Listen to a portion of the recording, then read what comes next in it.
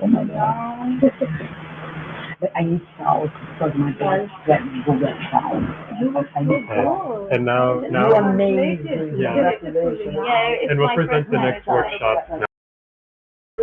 Yeah, we have peanut butter. Next, we'll have a 45-minute workshop titled Radical Sankofa, Collective Care Lessons Rooted in Black History.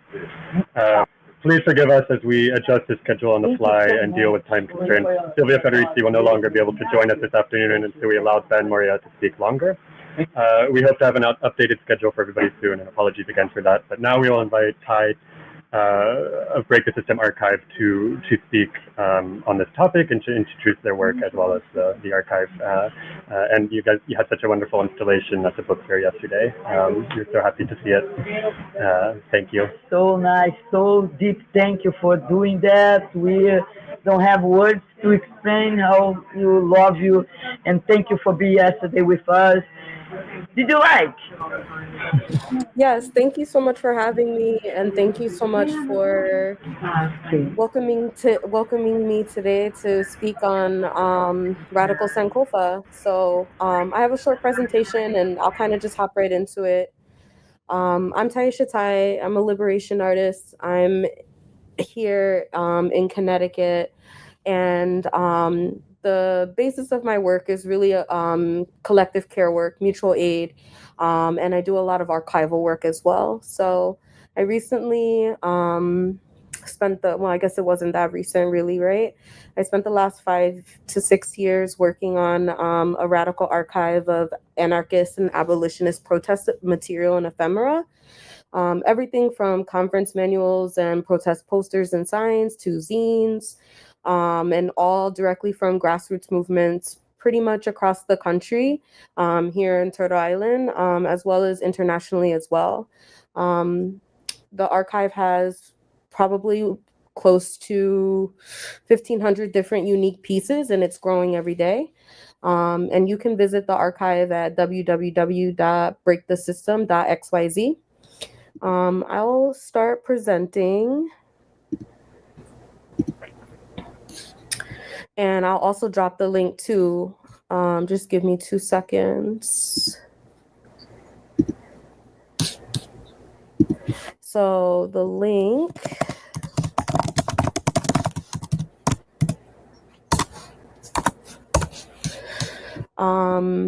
Today's workshop is on Radical Sankofa, which is collective care lessons rooted in Black history, unearthed from the archive. So over the past 5 years, after cataloging, digitizing, and then releasing parts of the archive, I have worked pretty much in the past year to look through a lot of the Black anarchist history that's in the archive. So this is the Break the System archive. You can find it at www.breakthesystem.xyz. The archive online has probably about 1/10 of it uploaded. It's a very large project. It'll probably take me another 2 years to get most of it on here. But you can go today. You can see some of the objects that have been put on there so far. So I encourage you to check it out. And in today's presentation, I have lifted archive materials that are pretty relevant. So the archive spans from probably about like 1930s, 40s, all the way up until today. And that's kind of what we'll do first. We'll take a look back. So one of the first things that I always like to talk about when I think about Black liberation and anarchist traditions is I start right at the beginning of Black Americans here on Turtle Island through our enslavement and the push for abolition.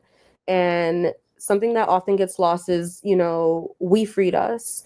We revolted, we ran, we pushed back, we fought for freedom in the military, in the Civil War. There's a narrative, I think, around this idea that, you know, legislation and President Abraham Lincoln, Congress, all of these things were so critical. And yes, you know, that definitely plays a part. But when we're talking about fights for autonomy, it's important that we always remember that we freed us. Even on Sherman's March, you know, we took back land, took back our lives, well before the Union Army ever came through and, quote unquote, liberated plantations. So I start there to stress that our safety, our protection, our liberation is directly tied to our actions. As we move through time, there are things that people might be more familiar with. The Harlem Renaissance, the Black Panther Party. I bring up the Harlem Renaissance because I teach a zine workshop, and we often talk about how zines kind of have a very early origin during the Harlem Renaissance. It's a time where we shared political information and thought. We were being pushed out of publishing, so self-publishing became the way that we kind of not only informed each other, but also expressed and shared our liberatory ideas. And once we get into the Break the System archive, there are a lot of materials that kind of really show the grassroots on the ground movements that had a lot to do with pushing for collective liberation for all of us, outside of just the Black Panther Party, which we're also familiar with, right? Or at least I assume. So the Sojourner Truth Organization is one of those organizations that's brought up a lot. We have a lot of documents in the archive. This is actually an image here from I'm going to actually just present this because it's bigger. This is actually an image here that is from one of the Urgent Tasks, which is a publication that was produced by the Sojourner Truth Organization. The Sojourner Truth Organization was a group of Black workers, and they were out of the Chicago area. They were in existence from like 1969 to 1985. And basically, they were founded on the focus of independent organizing of Black workers. So creating organizing and unions specifically geared in Black industry or workers that had a large population of Black workers. And the Sojourner Truth Organization was actually one of the first orgs that really centered race as a critical role in the formation of the American working class. So we see and hear a lot about like class solidarity and having to have a collective class consciousness. But the STO was really like one of the first orgs that were working to actually center white supremacy in its work and dismantle white supremacy. So a lot of the archival materials that we see in the Break the System archive really focus on anti-racism as a critical component to fighting back. And we see how that plays out even today with the attack on DEI and the removal of, Black history from kind of our collective memory and consciousness. So this is why radical archives and independent archives are so critical. As museums and things are beginning to like close collections, shut their doors, deny access to Black artists and curators who are telling these stories. There are independent archives like the Break the System archive that are able to keep these stories alive and remind us, of our history and kind of where we are in the fight. So they're kind of the first post-New Left group to emphasize production work. And this really gained a lot of following in Chicago with workers there. Urgent Task is their publication that they kind of used to spread their information. And there are a number of editions in the archive. I think we have maybe about 7. Currently, none are available on the digital website, but I am going to be uploading some later this evening. So anything that you see here today will make its way to the archive by this evening, and you'll see it. It's just a lot of information to always like dig up and find.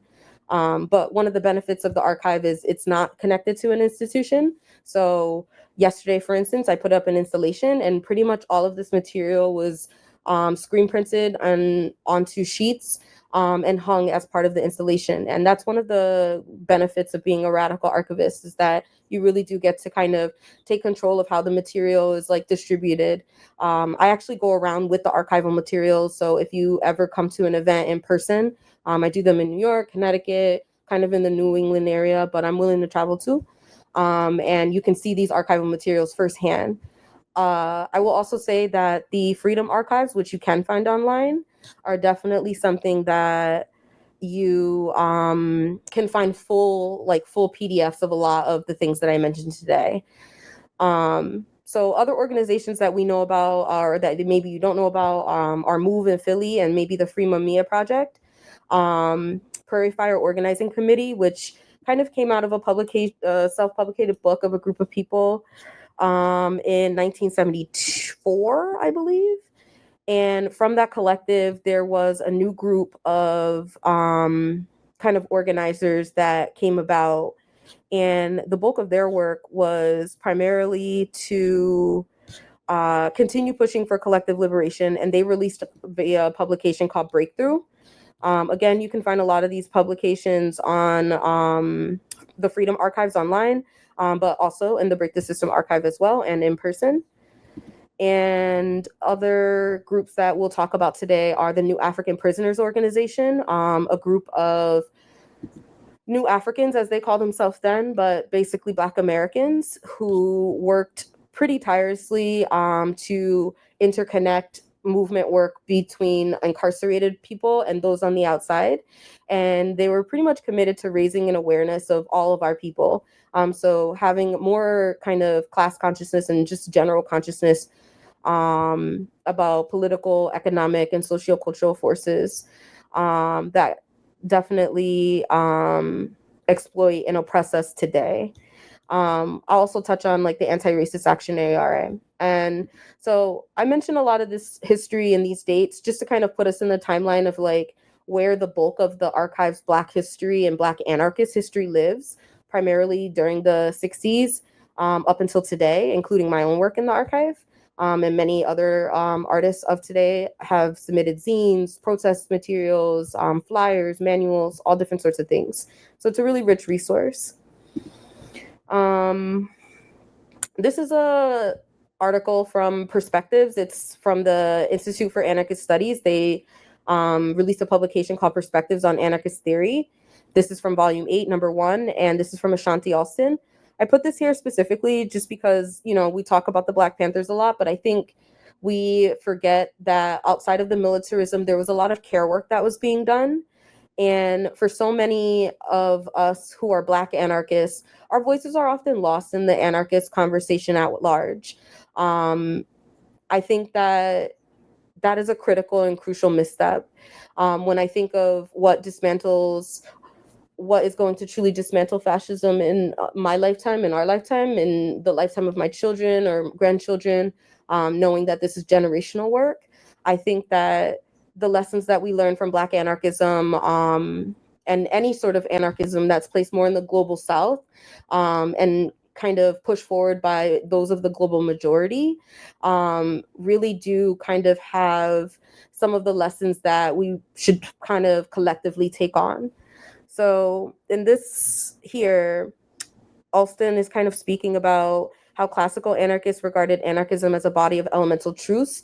And this is something I encounter a lot where, you know, I'm in a lot of circles where it's primarily white dominated, and education seems to be at the forefront of how we think or believe or even actively fight for collective liberation on any front.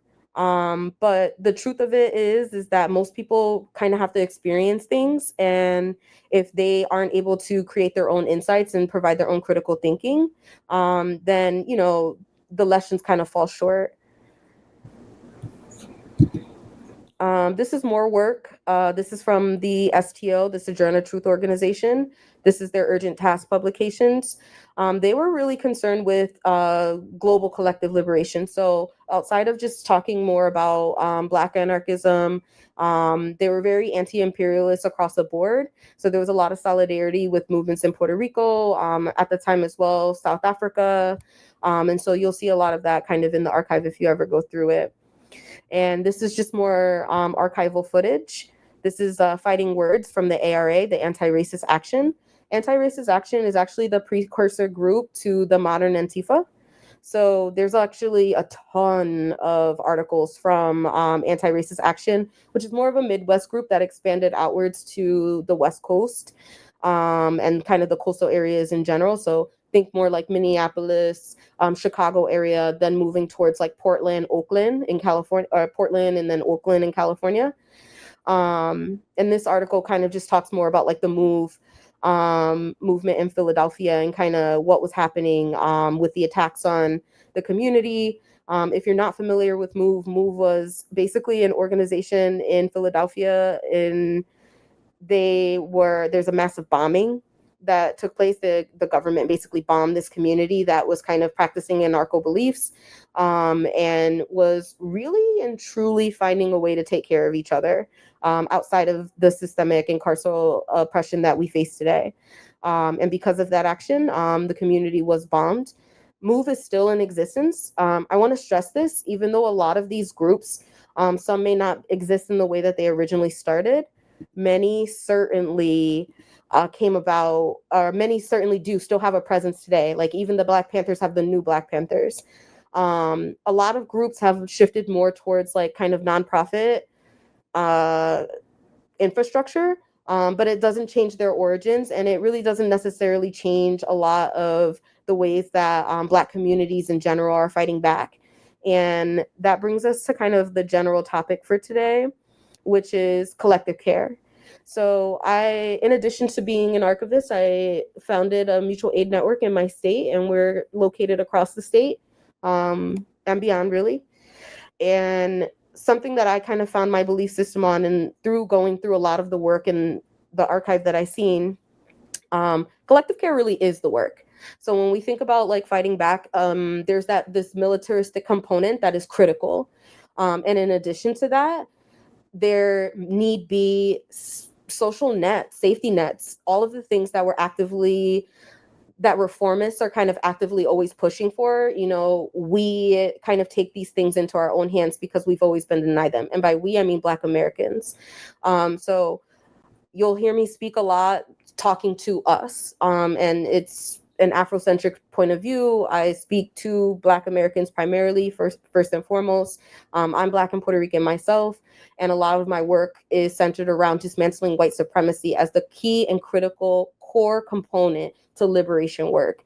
If you are not working to dismantle white supremacy, either within yourself, within your organizing groups, within your family units or friend units, in the wider, social consciousness, we're really struggling to do that. And at its core, white supremacy really favors, alongside capitalism and individualism, or a nuclear family model. And collective care is in direct, opposition to that.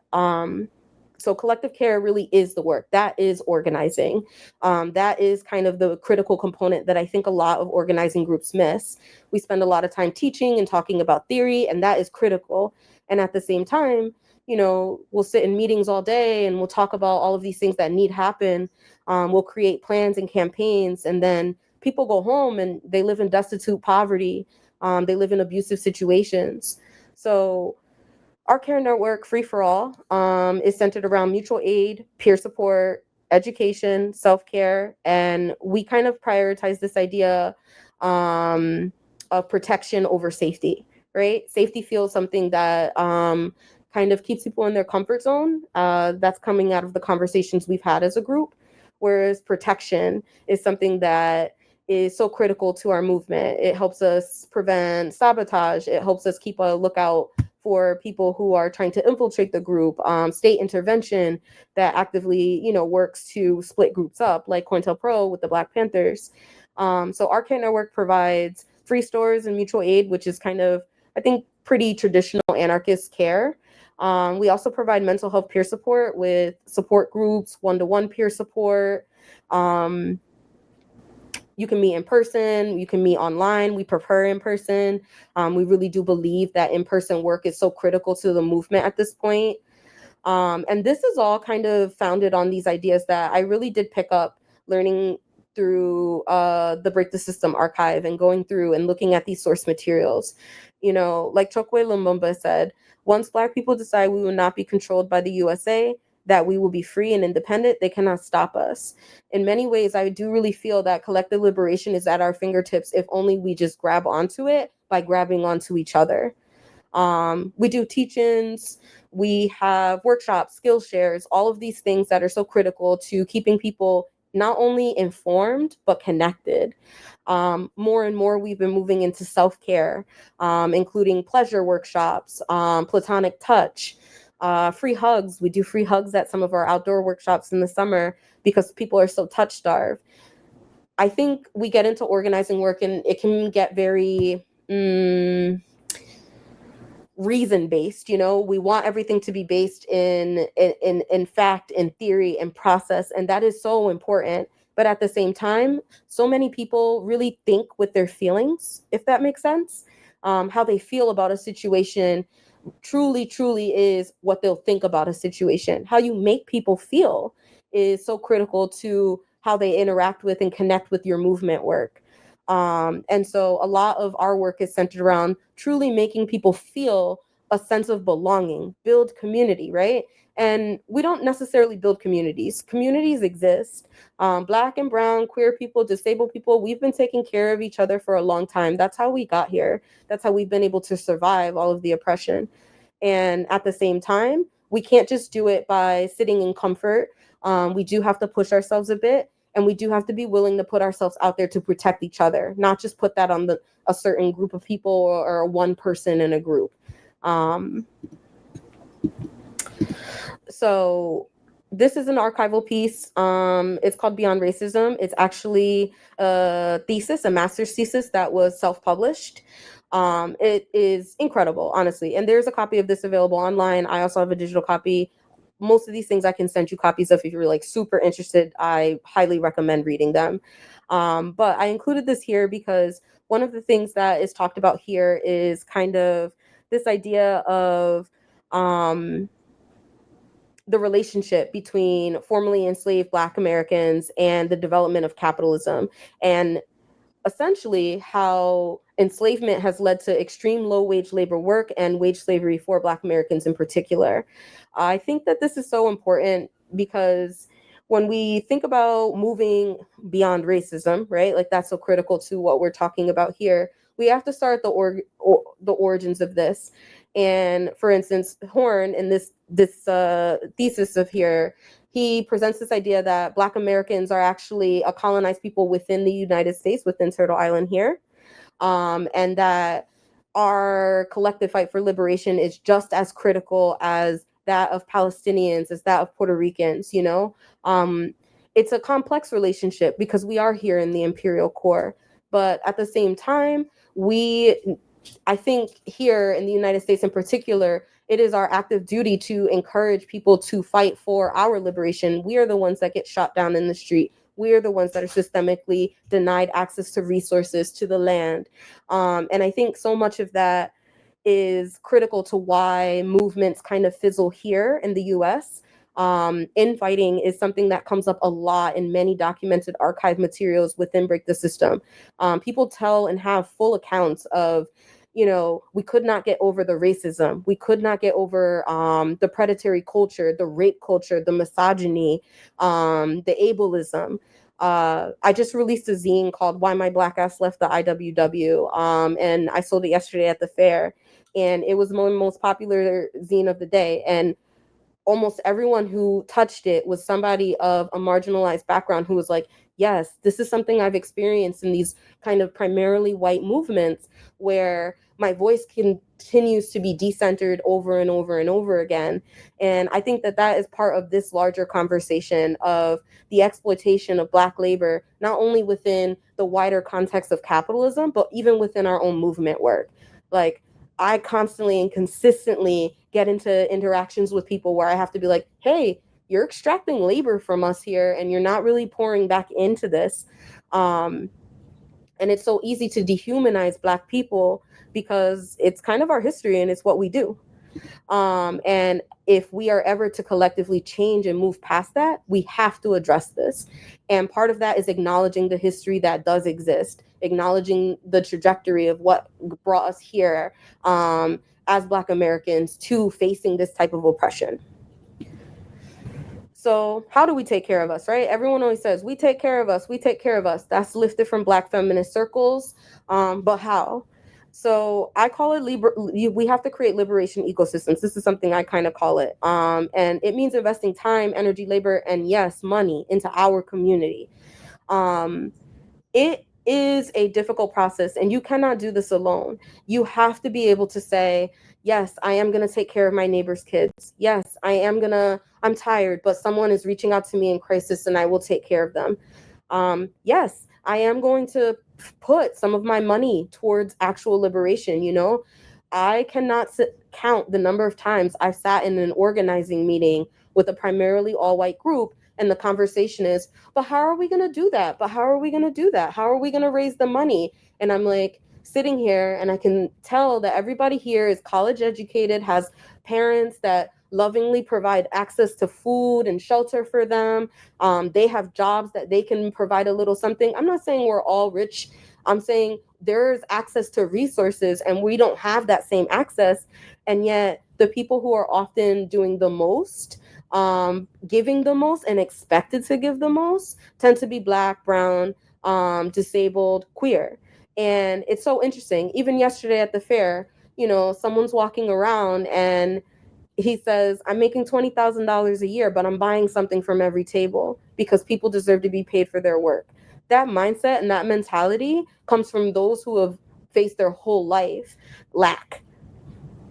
And it is frustrating to consistently be in groups that, kind of put more pressure on it, add more to your plate. In addition to, coming here and learning and being in support, suddenly, you're being asked to do all of these extra tasks, and organizing turns into this job rather than this community space. So the liberation ecosystems is a way around that. Create barter systems. Feed your organizers. I cannot stress this enough. Like, you go to these groups and people come and you want them to learn, but you're not feeding them. They're hungry. They can't learn like this. People are here, but their mind is elsewhere. They're stressed about the fact that they're, about to be unhoused or poor. You have to take care of organizers. It can't just be organizers running off vibes and like good times and the hope for a win, because the truth is, collective liberation and the movement towards fighting for it is strenuous work. It takes a lot of resources, and honestly, it's pretty fucking thankless. Nobody is just jumping in on board. You have a wider populace that is basically apathetic and really doesn't necessarily even want to wake up to it. And it makes it difficult. So centering the vulnerable, kids. So many times I'm talking to anarchists, and so many of them have this mentality where they don't even think of children. And that is not something I experience in Black community at all, certainly not Black feminist circles. If you can see here, the articles that have been lifted here from the archive, for instance, they're talking specifically about issues that face Black community. This is our community that we're talking about, our experiences, growing up in the ghetto under a poverty situation, being forced into a life of crime because of your socioeconomic statuses, recognizing that dope is something that's being pushed into our communities back then, right? And even currently now, we're still having these ideas of drugs being forced into our communities, which keeps crime high, but it's all outside interference. This isn't necessarily something that comes, organically from Black communities. And there is often this like narrative that Black communities are apathetic to our own suffering. And that's just absolutely ridiculous. People have been on the front lines fighting, protesting, sitting in, pushing back all these years. It's never stopped. Even when they said, oh, civil rights movement passed and it's done, it never stopped, through the 80s and the 90s. And, we've endured stereotypes that have pushed us to the fringe of even being able to get access to some of these resources that honestly should just be passed out to us, because everyone should have access to food and water and shelter. But at the same time, it's almost like there's always this narrative in these groups that like, how do we get more Black people involved, because they don't seem to care. And I'm like, that's so ridiculous. We do care. In fact, there's probably a Black group of people organizing right now that have nothing to do with, this very like white group. And the fact that you don't even recognize that, like, you're not the center of the world kind of really, I think, holds us collectively back as a people to be able to fight against the forces that are against us. The most vulnerable, the earth. people are often talking about interpersonal and even kind of wider community conflict, but we never talk about that deep, deep, deep colonial wound that separates us from the earth and how it kind of shows up interpersonally. So what do we need? How do we assess these things? In Black feminist circles, we're very direct. You talk to people, you reach out to people. Through the archive, you see like people write poetry. They talk specifically about their lived experiences. Zines. This is from a magazine, a self-published magazine. I believe it's from the New African political organization, the New Prisoners Organization. And they are specifically talking about issues that affect us: high blood pressure, malnutrition. These are things that are really, really important to get out there. You have to talk to the issues that people are experiencing in their day-to-day lives. You can't just go off of like, oh, there is this conflict happening here, or there's a war here, or there is a genocide here, and not be able to tie it back to how people are experiencing their oppression at home. Particularly here, in the imperial core, we are pushing against that individualist mindset at all times. It's easy to say we're collective just because there's a group of us, but community is not clique. We can't just come in and be like, hey, it's all good. So we're together now. You have to constantly assess. You have to constantly check in with people. How's your rent doing? Are you able to stay on top of rent? Are you looking for new work? Help each other, work together, communicate. So often people have problems and they retreat from community spaces, and then they only come back if the problem gets solved. This is how we lose so many people, because the day-to-day grind of capitalism drags them away from this organizing work. And so we're always fighting against poverty. And that is such a large, large social problem to kind of gather around and try and like solve, when in actuality, we already have a solution to this, and we've survived through this through generations at this point. And that's kind of what I'm hoping that people are able to lift from the archive, is that there are examples, there are things that have worked, there are things that have failed, and we can learn from that. So from this is notes from a New African POW journal. So the New African Prisoners Organization released 8 different publications. This is from book 3. Unity at all costs is what they're talking about here, and basically trying to maintain a good getting along, all unity, no struggle type of form. And when we embark upon like unity at all costs, you kind of end up in sort of like this like opportunist liberal path. So it basically is like, we want to keep the vibes right because that's kind of what keeps people here, except that we're never diving in deep to why people are here. And it creates this fake sense of community. If I'm being honest, and through my own research in power dynamics and workplaces and my own lived experience, it falls right in line with that like respectability and civility culture, which is white supremacy at its core. Just because everyone's showing up, being like, oh, it's good, I'm so happy we're here, it's so friendly, it doesn't mean that people are feeling good about themselves. It doesn't mean that people are feeling good about the way your organization or your collective is moving together. In many ways, the urgency of trying to push back often creates this strange like timelessness where no one actually checks in where people are on a regular basis. And this article is from, I believe, 1979-ish. And a lot of the issues that we face today in organizing were faced then. And the fact that we continuously keep trying to reinvent the wheel, and we continuously keep trying to like push these ideas that we know don't necessarily move the needle, so to speak, for a turn of phrase that I actually hate, but I feel like a lot of like Italian white anarchists always throw my way.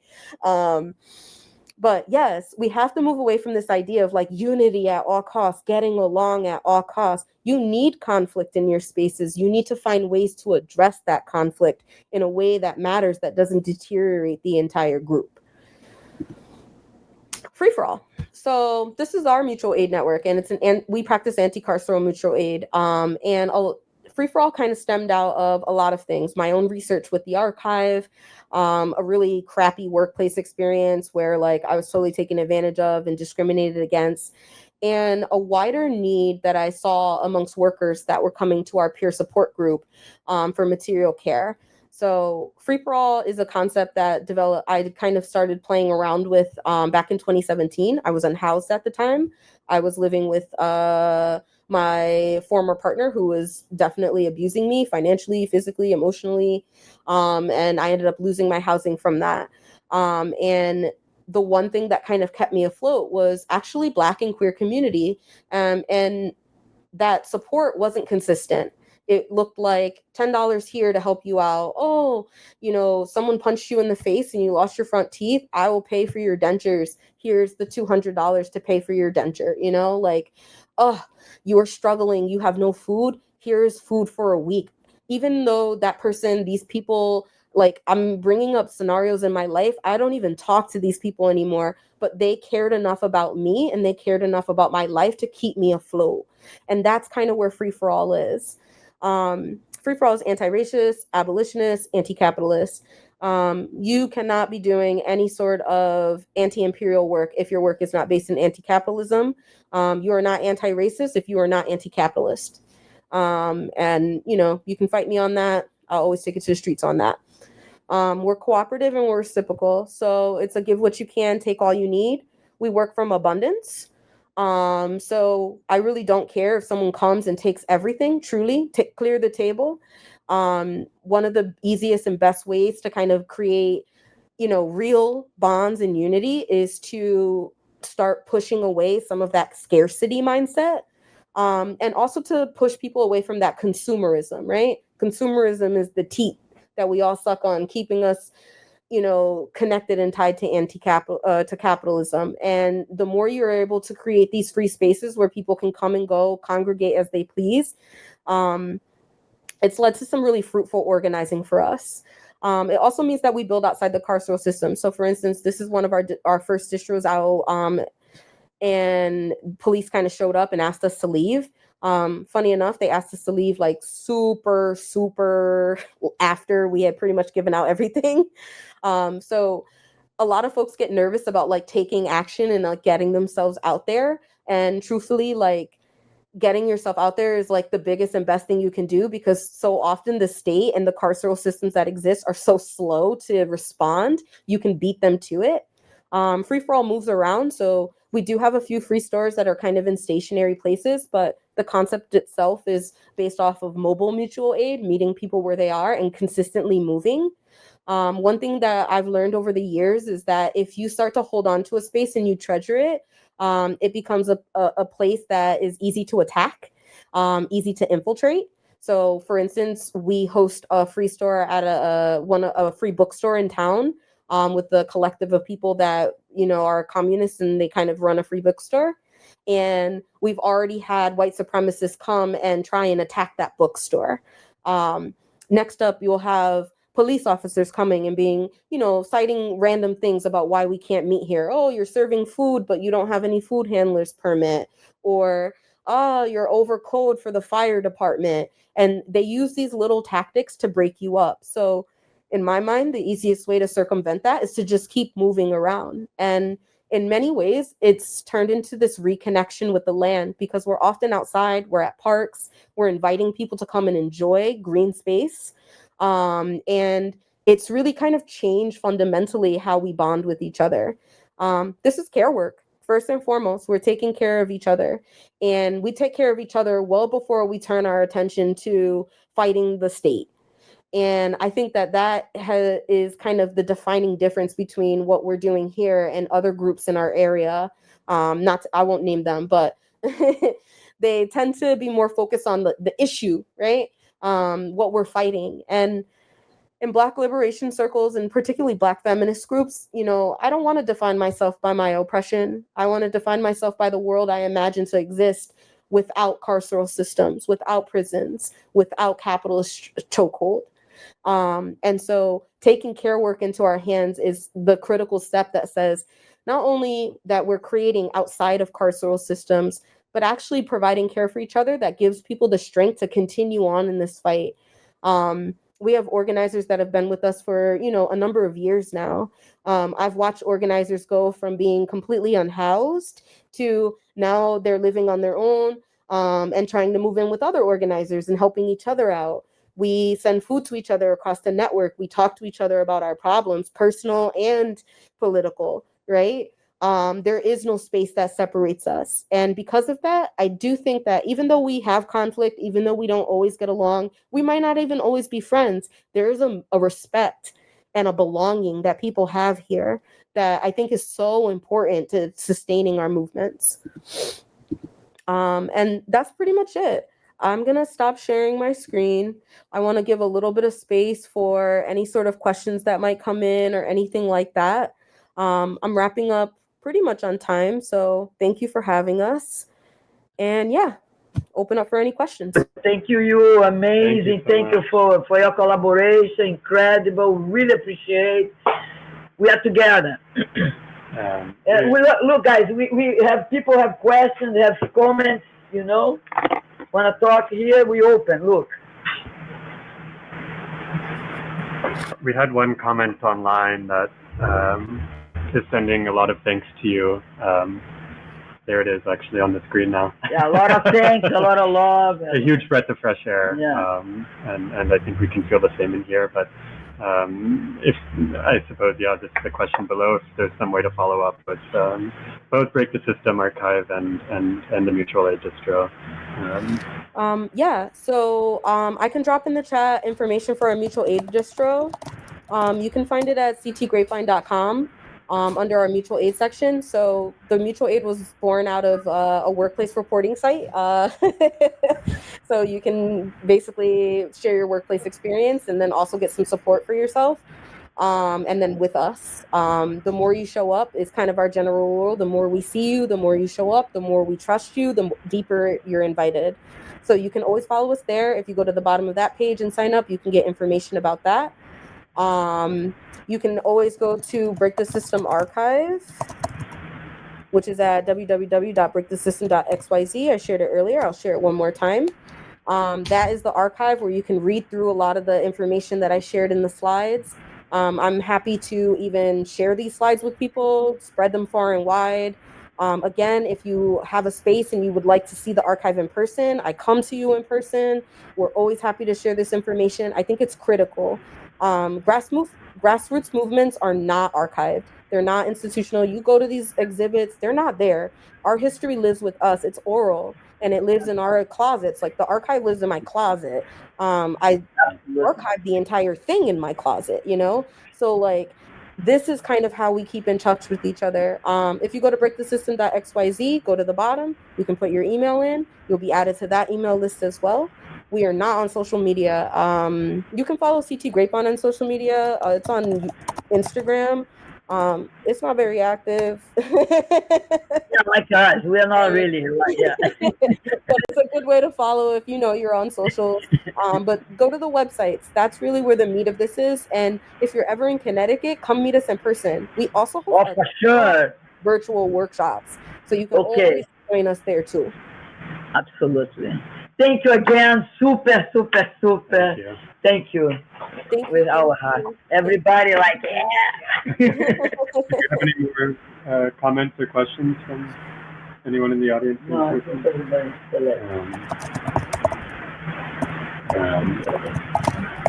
cool. I'll just drop my email in. You can always send me an email too if you want to speak interpersonally. breakthesystem@gmail.com. And I'll get to you when I can. I don't promise, but I always get back to everybody.